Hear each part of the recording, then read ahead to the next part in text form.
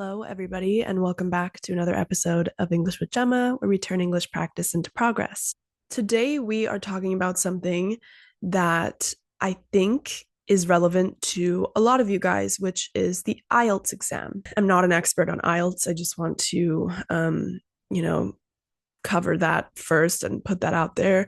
I have much more expertise in Cambridge exams, but that doesn't mean that I don't know what I'm talking about. It's just that I don't want to claim to be like an expert on IELTS. I do have some students who are currently preparing for the IELTS and I'm helping them. And they were the ones that actually made me aware of the changes that will be happening to the exam in 2026, AKA right now, this year. It's very new. I know a lot of people are quite stressed about these changes taking place.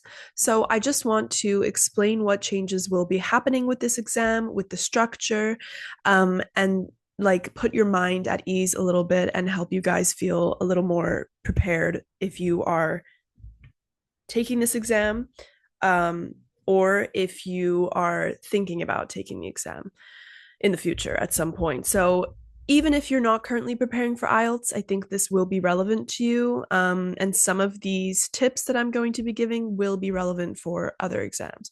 So stick around, even if you're not currently preparing for the IELTS exam. So I'm going to be talking about what changes are being introduced to the IELTS exam and what is not changing, what is staying the same, and how these updates are going to affect both academic IELTS and general IELTS.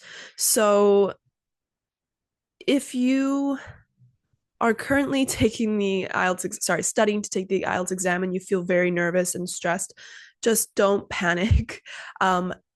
More things are staying the same than are changing.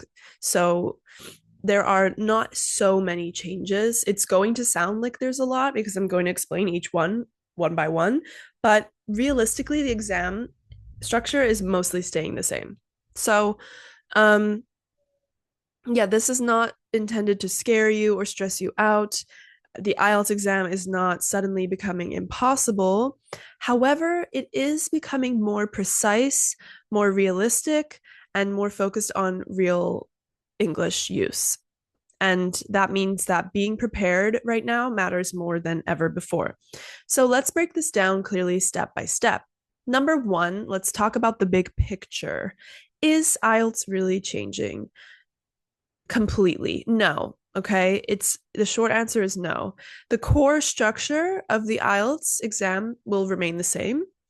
And you've got four skills: listening, reading, writing, and speaking, as always. The same band score system. So you get a score from 0 to 9, and the same distinction between academic and general training for reading and writing.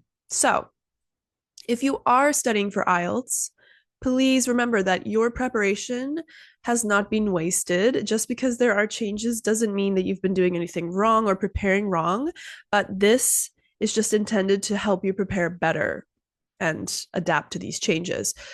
So, the way your English is going to be tested in this exam is becoming more realistic and more specific.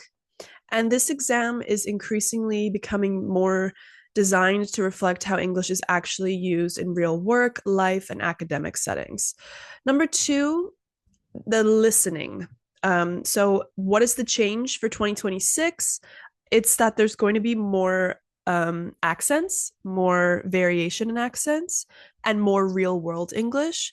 So, traditionally, in the past, the IELTS exam has included mainly British, Australian, and North American accents for the listening section.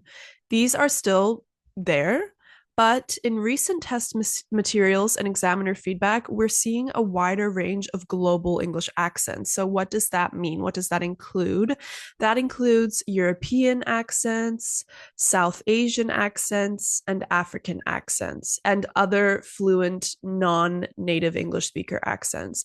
So, as we know, English is becoming an increasingly global language, which means there are people who speak English fluently or natively that have different accents. So, um, What does this mean for you as an exam candidate? It means that you cannot rely on only one accent. So, if you listen to a lot of British material or a lot of American material, then you need to start expanding your listening practice to a lot of different English accents. You need to understand meaning, even when pronunciation, rhythm, or intonation is slightly different. And you must focus on listening for ideas, not just familiar sounds. So, how can you adapt your study method so that you can be better prepared for the 2026 IELTS changes in terms of accents?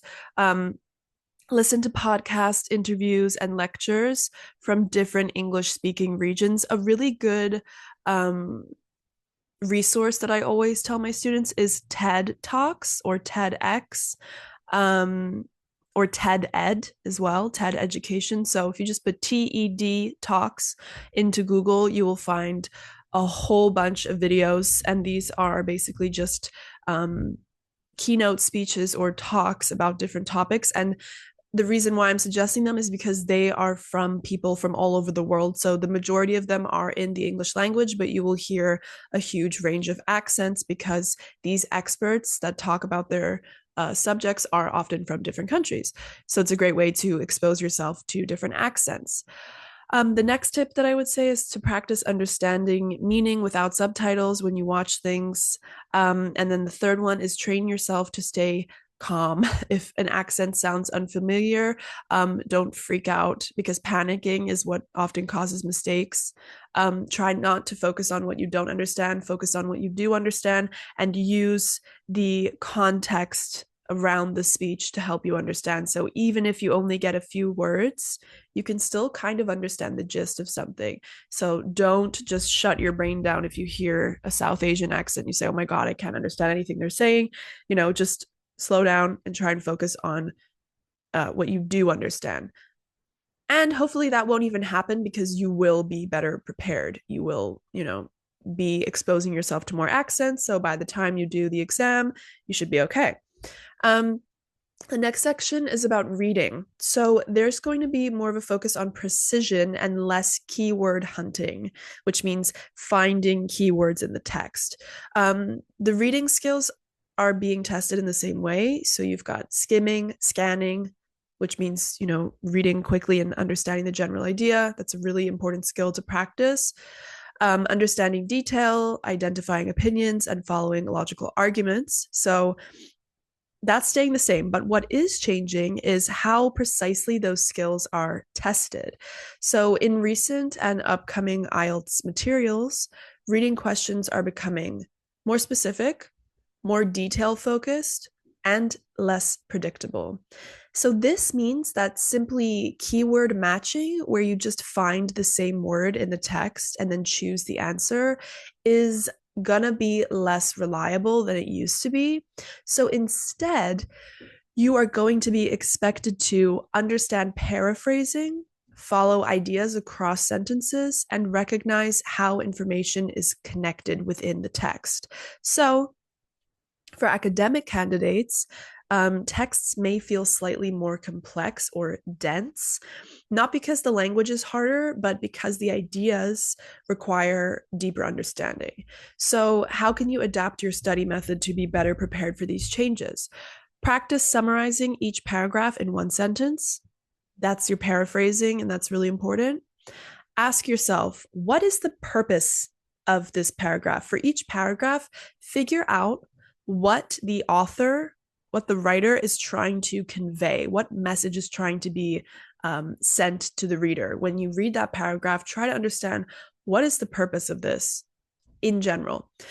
And then finally, focus on meaning, not just vocabulary. So, IELTS doesn't test your general intelligence, it tests your reading strategy and skills. So, even though the text might feel really academic and confusing, it's not about whether you understand complex topics, it's about how you understand English and how well you are able to kind of organize a text and understand it. For the writing sections, there's going to be, again, more specificity. I can't say that word, more specific tasks and less memorization.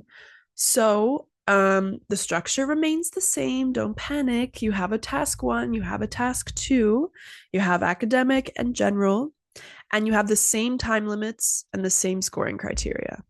But here's the important change. For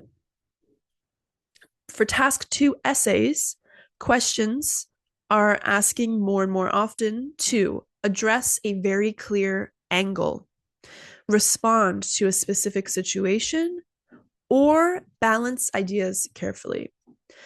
So, this means that memorized templates are becoming obsolete and much less effective. So, if your essay sounds too generic, too rehearsed, or slightly off topic, examiners are trained to notice that and your score will be marked down.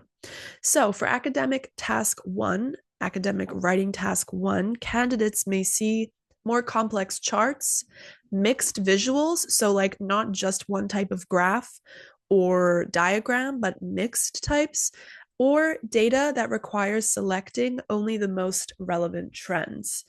For general writing task one, for general training exam writing task one, clarity, tone, and purpose are becoming more important than formal structure alone. So, how can we adapt our study method to better prepare? We need to spend more time analyzing the question before writing. Make sure you really understand the question before you start underlining, highlighting, and understanding. Plan your answers instead of memorizing them. Practice planning, making a writing plan, an essay plan, and focus on relevance. Does this sentence that I'm about to write actually connect with the question that I'm supposed to be answering directly? So, good writing on IELTS is not about being fancy. It's just about being clear, accurate, and focused and staying on topic. All right, let's move on to the next change in the IELTS 2026. It's about speaking. And what's happening? We are focusing on natural communication over perfect answers. So the format is still the same. You have a live examiner, you have 3 parts, and you have everyday topics and then some follow-up questions. However, there is going to be a stronger emphasis on natural, spontaneous communication. Examiners are being trained to identify memorization in your answers. So don't memorize your answers, guys. Just don't do it. You want to be spontaneous, even if you have to use some filler words and phrases. That shows that you can speak naturally and you have spontaneity. The examiners will also change their questions if your responses sound rehearsed. And they reward and look for genuine interaction. So this means that candidates who memorize perfect answers might actually score lower than candidates who make small mistakes but speak more naturally. All right, so let's talk about how we should be studying for this. Practice speaking without scripts and without memorization, please. Record yourself answering random questions and then listen to them back, identify mistakes, and then focus on being clear and not about being perfect. Remember, IELTS speaking is not a performance. It's a conversation. It's a real conversation, right? It's not like you're delivering like some performance on a stage. You just are being real and having a genuine conversation. So try to think about it that way, and it might actually help you not be as nervous. Last but not least, we're talking about computer delivered IELTS and this thing called one skill retake. So there's a continued shift towards IELTS being delivered on computers. So in many regions, paper-based exams are becoming less common and computer tests are now the standard. So there is one big advantage with this. It's called the one skill retake. If you take the computer-based test and you miss your target score in only one skill, such as listening, reading, or writing, you may be able to retake just that one skill instead of the whole exam. So on the computer test, you must be able to type under time pressure, read on a screen, and manage digital tools confidently. So practice full mock IELTS tests on computers. There's so many available online. I would practice them as much as you can. Time yourself while you type and learn to edit efficiently on screen.